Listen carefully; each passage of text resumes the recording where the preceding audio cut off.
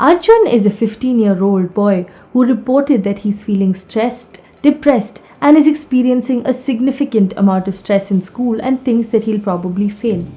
He spends much of his day in his room playing video games and has a hard time identifying with or if anything is enjoyable in a typical day. He has always been a shy person and has a very small and cohesive group of friends.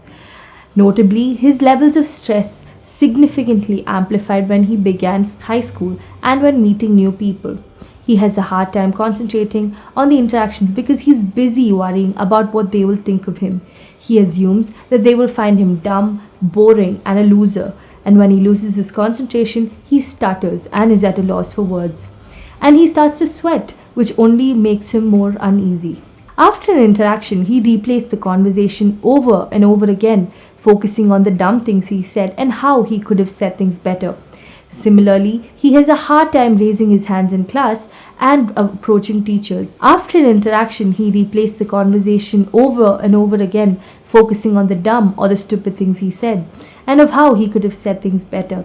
Similarly, he has a long standing history of being uncomfortable with authority figures and has a hard time raising his hand in class or approaching teachers. Since starting high school, he has been isolating more, turning down invitations from friends to eat or hang out, ignoring calls, habitually making excuses to skip class, and his concerns about how others view him are what drive him to engage in these avoidance behaviors.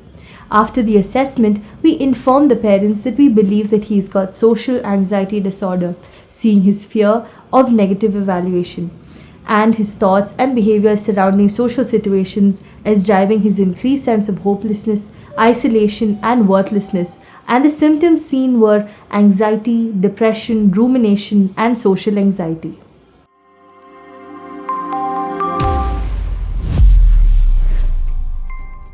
Welcome back to another episode of Connecting Pathways. Over the past few videos, we've been looking at engagement strategies, ways to cope with stress, mood disorders, benefits of healthy communication, and impact of media on adolescents. And as you may have noticed, we'll be looking at anxiety disorders in this series. What are anxiety disorders?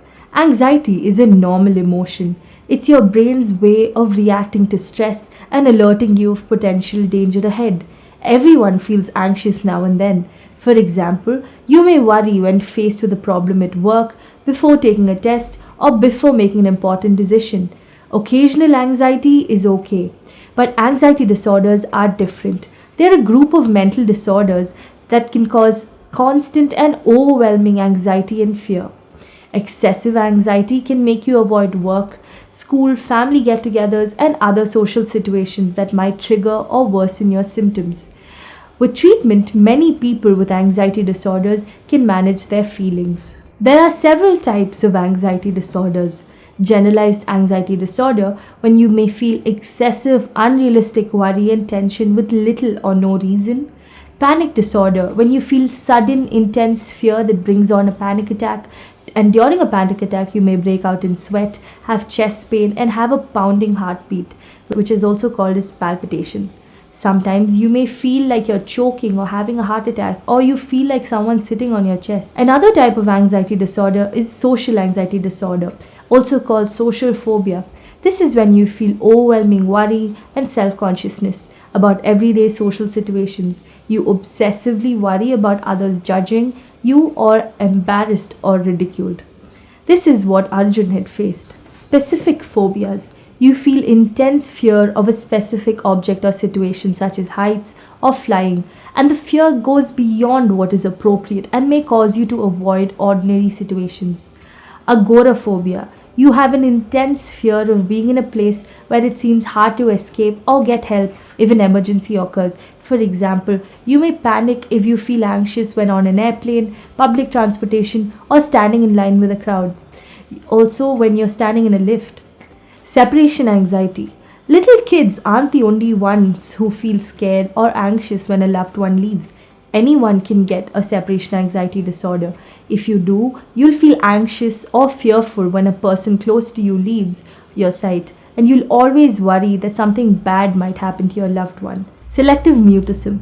This is a type of social anxiety in which young kids who talk normally with their family don't speak in public, like at school.